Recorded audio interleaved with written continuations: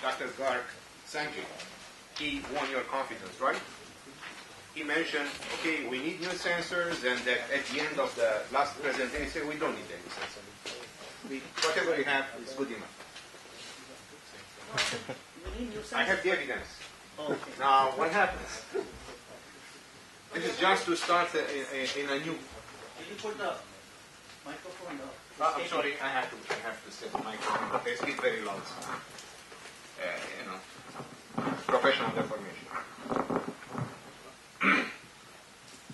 Okay, so I have two lectures, and both are on sensors and the roadmap of sensors. That means what?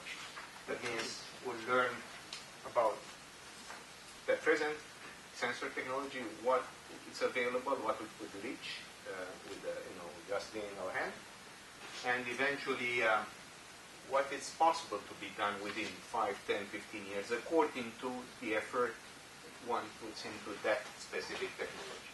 And then we'll discuss on the other hand how these active control engines could be built based on what type of sensors and what are the requirements for those sensors. Now you learn things that you probably will get scared because you learn about 1,700 degrees requirement. But it doesn't mean that necessarily will be the sensor and we'll put in 1,700 degrees. It's just a requirement, right? It's just a wish list. So on lecture 2, that will be tomorrow morning starting at 8:30, I'll discuss about these emerging technologies and roadmap. As I say, I'll introduce silicon carbide nitride. Silicon insulator, we'll discuss today about that. So on this lecture 1 of today, I'll have a view of a rationale of sensing development. We'll discuss generic sensor requirements. That will be probably a bit boring. Regarding sensors, you know all these things. You have the examples. But I'll go faster on that. And current sensing principles and technologies. This, I'm sure that you have your field of knowledge might be even expanded beyond the presentation. But there are some topics probably that will look new or they will sound new to you. So sensing is definitely necessary. It's a vital part of the control. It's no doubt we have to know what happens in order to react. So unfortunately, the reliability, as Sanjay mentioned, is not the best for those sensors. Usually sensors are regarded as the weakest link, apart from the pilot. That is a different story. But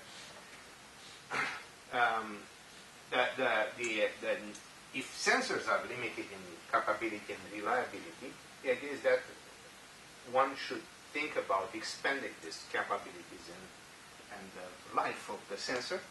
So that means there is a need for new development of more reliable sensors with expanded or enlarged capabilities. Is it true that sensors are the weakest link, or is this just conventional wisdom? I would say sensors, because they are regarded as the weakest link. From my experience, I know that the weakest link are the connectors. So usually when there is a warning, some system doesn't work, they ground the aircraft and they change a piece of something in commercial aircraft. Usually it's a contact. It's not the sensor operates right, but it's just the Now, you'll see, if we talk about the 6 to 8 control sensor architecture, those are very well built, established sensors. They are there for 40 years, 50 years. So they are very reliable, they are very good. Now, if we want to go more, we want to learn more about high pressure compressor, we want to know what happens in the burn, it's a different story. We get on the test rig with those, people call them Q-Lite. Actually, they are pressure sensors made by Q-Lite. Yeah. So, and they call them Q-Lite because they are, they are like a person. They are so expensive that you have to, treasure it. So that's why. Now, what happens because of the number of platforms, the variation of platform and the technologies, building a generic sensor and say, listen, I can build a sensor for this pressure and this capability for temperature, it's not sufficient. It's much more complicated than that because, again, the requirements might be slightly different for various things. Meanwhile, sensor developers, they are here, they know very well. They don't jump and say, listen, this shelf here, it's something empty. Let's build a sensor for that range of temperature and pressure. Why? Nobody needs it. You just pile up the sensors there. You need some user for that sensor. And you are going to get into the business if you see, based on a business study, that you make a benefit, right? So now there are different sensor functions imposed for the different requirements of the sensors. And this is a general statement. But again, when we talk about sensors development, I have a need. I go to the developer and ask him, listen, could you build for me a sensor that operates at 1,000 centigrade? And I say, oh, I don't have even wires for that temperature. I can't build it for you. Sure, there is always a gap between the need and the capability. And this development is based on the capability of the providers of sensors, the provider of technology, right? There are sensors that, in principle, they can perform measurement exactly in the range you need, with the accuracy we need, the precision, repetitivity, with whatever, linearity, everything, except they don't withstand the temperature at which they have to operate, right? So here we are in an impasse here. Everything works fine except one single requirement, and this is a general requirement of operation. It's the environmental requirement. And here we are basically starting here.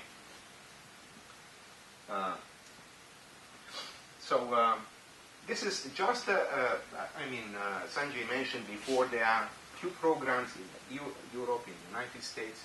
They are focusing on development of such sensors for more efficient, more green engine, more electric engine. So, these are programs that have been run so far.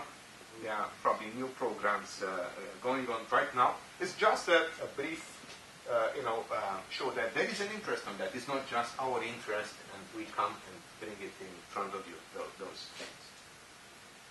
Now, just to be, you recall the configuration of the engine. Sanjay showed you. Even the brain was on the top there, a little bit too red, in my opinion. Was hot, probably. It's bleeding from the heart and mind. Hot, exactly. So you see, we have inlet requirements, pressure and temperature. Very reasonable. We could reach them. We could measure pressure in inlet. Oh, there will be issues with icing, with particle penetration in the sensing element. There will be issues, but we can probably tackle them somehow. Talk about compressor. Okay, low pressure. We talk about 160 degrees, 50 degrees Celsius. I could make it. We could make it. Definitely low pressure. Talk about high pressure. I'm sorry. We have a problem here. We have sensors for 700. I'm sure you might have some. If not, I'll go to Don't worry, we do. you know, okay. I'll go to the other guys. And their sensor is about this long. It's this big, and it's about 6 pounds in weight. One. Yeah, but on the engine that is this large, to put sensors on left and right, that would make it, So it's out of discussion. To use those, they might be there, but they do not fit with the, platform requirements, right? On the turbine, forget about it. There we cannot reach with the requirement 700 to 1,700. Even in low pressure turbine, we talk about 1,000 degrees. On the nozzle end, we have some, actually there are engines looking at the nozzle output. Sure. For the augmenter. So we have here a list of generic sensor requirements. I'm not going to sit on it because we'll take probably the entire hour just discussing unit by unit, but this is a list that was built by the members of our task group, and I recall we spent probably 5 or 6 hours and then going home and inquiring again and figure it out. We wanted to fill in all the lines because for many of this we don't know. We have no idea. I give you just an example, fuel properties. What does it mean, fuel properties? I'm flying normally from here, from Brussels, and I have a mission to whatever, somewhere. And when I reach there, I have to refuel. But the fuel has different quality. So the issue is, how do I trim my engine to suit those, capabilities of the fuel? You might say it doesn't make any difference. It makes a lot of difference, especially in military I hope applications. you mean burn fuel, please, yes. Fuel properties, no. Because if you go to 700 degrees C with the fuel, Yeah, this is burn fuel. burn fuel, yeah. This is fuel properties going in the combustor, I guess. So that Yeah, you exactly. you Fuel can tell properties. what the emissions properties would be. Okay. Based on what they produce, right. Yeah. It's very, very true. But by the way, you contributed to that, no? He skipped that page. He was not present. And this is control and monitoring then? Yeah, this is based on whatever we have at the time we had a discussion in mind about a future engine. These are the specific type of environment conditions and requirements for specific sensing variables. We talk about But pressure. Fuel flow definitely came there by a copy and paste operation.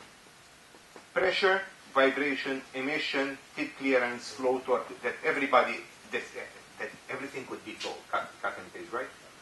Well, the requirements for each type of sensor was listed separately based on application, and this is taking a sensing variable and listing all the requirements for that sensor variable. Later on, we'll have a table, a list in the roadmap of inlet, low pressure, high pressure compressor, burner, all the requirements for those specific type of sub-units of the engine.